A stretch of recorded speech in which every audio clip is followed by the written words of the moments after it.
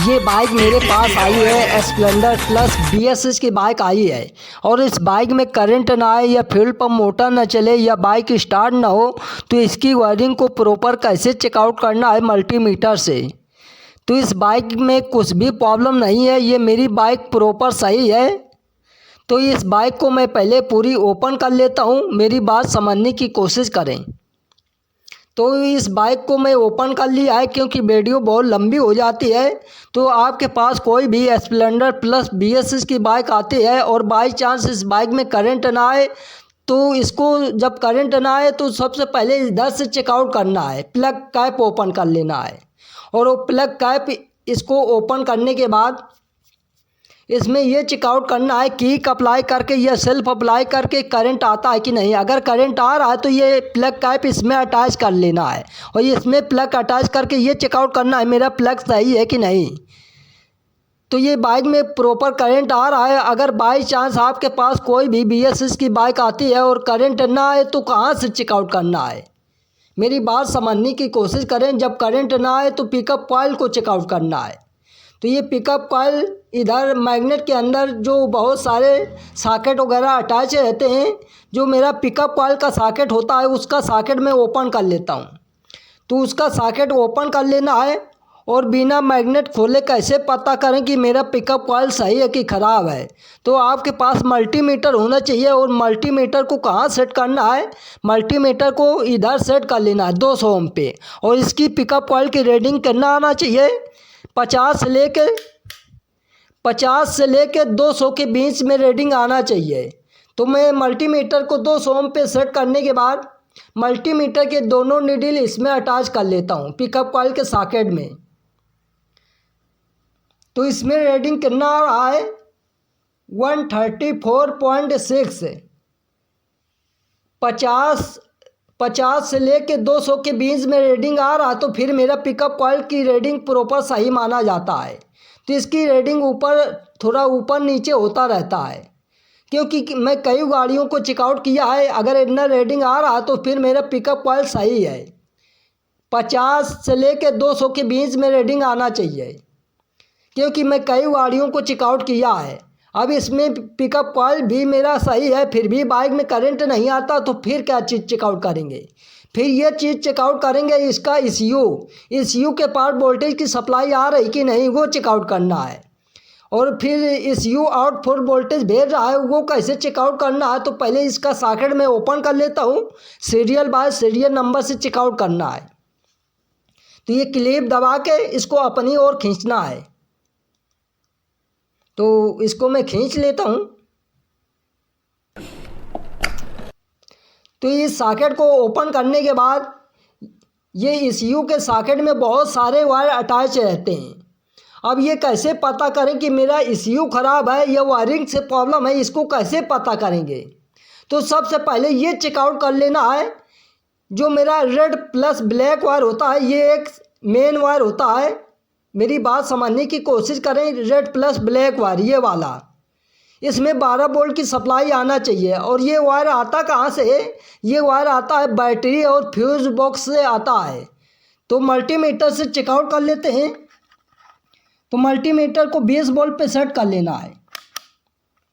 तो इधर 20 वोल्ट पे सेट करने के बाद मल्टीमीटर का जो नीडल होता है, जो रेड प्लस ब्लैक वायर होता है, इसमें पतला नीडल अटैच करना है। तो इस तरीके से अटैच करना है और एक नीडल इसके बॉडी में कहीं भी अटैच कर लेना है। और मेरी चाबी ऑन होगी तभी इसमें वोल्टेज आएगी, 12 वोल्ट की सप्लाई आएगी। तो मैं चाबी को ऑन कर लेता हूँ। तो मैं चाबी को ऑन कर लिया है। अब इसके मल्टीमीटर को बॉडी में अच्छे से अटैच कर लेते हैं। तो इसमें 12 वोल्ट की सप्लाई प्रॉपर आ रही है। तो मैं अच्छे से अटैच करके दिखाता हूँ। तो ECU के सॉकेट में जो मेरा रेड प्लस ब्लैक वायर होता है उसमें वोल्टेज प्रॉपर आ रहा है। तो इससे मालूम पड़ता है जब अब ये कैसे पता करें कि मेरा ECU सही है कि ख़राब है, तो सबसे पहले रेड प्लस ब्लैक वायर में वोल्टेज चेकआउट करना है। अगर वोल्टेज ना आए तो इसका फ्यूज और बैटरी को चेकआउट करना है। तो ये ECU के सॉकेट में रेड प्लस ब्लैक वाले वायर में वोल्टेज की सप्लाई आ रही है बैटरी का। अब ये ECU को सॉकेट लगा देना है और फिर ये चेकआउट करना है मेरा ECU सही है कि ख़राब है। अगर मेरा ECU ख़राब हो जाएगा तो मेरा फ्यूल पंप नहीं चलेगा, फ्यूल पंप मोटर नहीं चलेगा, और जो ST कॉइल में वोल्टेज भेजना चाहिए वो वोल्टेज की सप्लाई नहीं भेजेगा, क्योंकि ये अपने हिसाब से वोल्टेज भेजता है। किसको कितना वोल्टेज देना चाहिए ये ECU अपने हिसाब से वोल्टेज भेजता है। तो इसका ECU को सॉकेट में लगा देता हूँ और फिर चेकआउट करता हूँ कि मेरा ECU सही है कि ख़राब है। तो इस तरीके से सॉकेट को अटैच कर लेना है। तो मैं अच्छे से अटैच करने के बाद अब ये कैसे पता करें मेरा ECU सही है कि ख़राब है। तो इसका जो ST कॉइल का ये जो वोल्टेज आता है, इसमें 2 वायर अटैच रहते हैं, रेड प्लस ब्लैक वायर। तो एक वायर मैं निकाल लेता हूँ, तो इसमें ECU से डायरेक्ट वोल्टेज आता है। तो ये मल्टीमीटर को 20 वोल्ट पे सेट कर लेना है, और सेट करने के बाद इसमें ये चेकआउट करना है कि इसमें 12 वोल्ट की सप्लाई आ रही कि नहीं। अगर इसमें 12 वोल्ट की सप्लाई आ रही है ECU के थ्रू, तो फिर मेरा ECU सही है, क्योंकि ECU कई जगह वोल्टेज की सप्लाई भेजता है।